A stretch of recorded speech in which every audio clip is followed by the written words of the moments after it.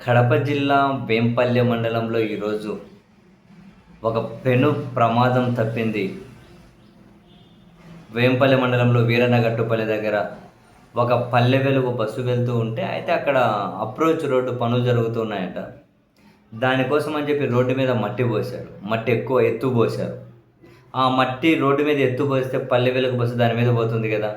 పైన high tension వైర్లు వేలాడుతున్నాయట. కింద మట్టి పోశారు కదా! అప్రోచ్ రోడ్ పనుల కోసం. అందుకని కొంచెం ఎత్తు అవుతుంది కదా! సో, బస్సు వెళ్తూ ఉంటే హై టెన్షన్ వైర్లు వేలాడి ఆ బస్సుకు తగులుకున్నాయి.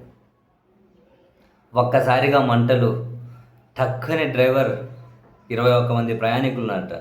టక్కని డ్రైవర్ అలర్ట్ అయ్యి బస్సు ఆపేయగానే ప్రయాణికులందరూ ప్రాణాలను అరచేతులు పెట్టుకొని దిగి పరిగెత్తితే కళ్ళ ముందే బస్సు బూడిదైపోయింది. మొత్తం కాలిపోయింది. కళ్ళ ముందే మొత్తం కాలిపోయింది. ఇక ఫైర్ ఇంజన్ వచ్చింది.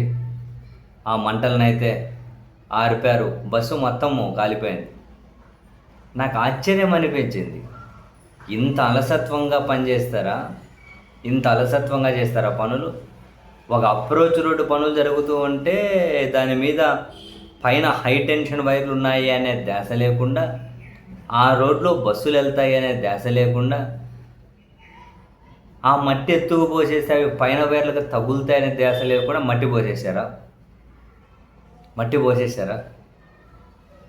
అంత మట్టి పోసే పనులు ఏమి రాత్రి జరుగుతూ ఉంటాయా? ఆ పనులు జరుగుతూ ఉంటే అంత ఎత్తుగా మట్టి పోతూ ఉంటే ఆ పోసే పని చేస్తున్నది ఎవడు? ఆ కరెంటు వాళ్ళు ఏం చేస్తున్నారు? పైన వైర్లు కిందకి ఏలాడుతూ ఉన్నాయా? లేదా అసలు ఏం కోఆర్డినేషన్ లేకుండా పనిచేస్తూ ఉన్నారా? కోఆర్డినేషనే లేకుండా రెప్పపాటులో 21 మంది ఏమైపోయేవాళ్ళు? ఇప్పటికే బస్సులు జనాలను సజీవ దహనం చేస్తూ ఉన్నాయి.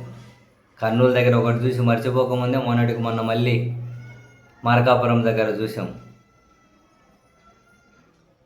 అది మర్చిపోకముందే ఇప్పుడు ఇంకా పల్లె వెలుగులు 21 మంది టక్కన అలర్ట్ ఎక్కడిక్కడ తిరిగి పరిగెత్తినారు కాబట్టి ఏమో అది ఇంకా పరిగెత్తినంటే ఇంకా వేగంగా ఏమైనా మంటలు వ్యాప్తి చెంది ఉండింటే హై టెన్షన్ వైర్లు తగులుకున్నాయంట.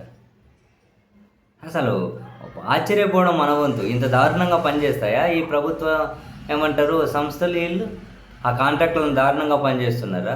ఈ కరెంటు వాళ్ళు కనీసం చూసుకోరా? ఈ రోడ్లు వేసే వాళ్ళు చూసుకోరా? వరని పాసుగుల ఎంత కామెడీ అయిపోయింది వీళ్ళకు నిజంగానే.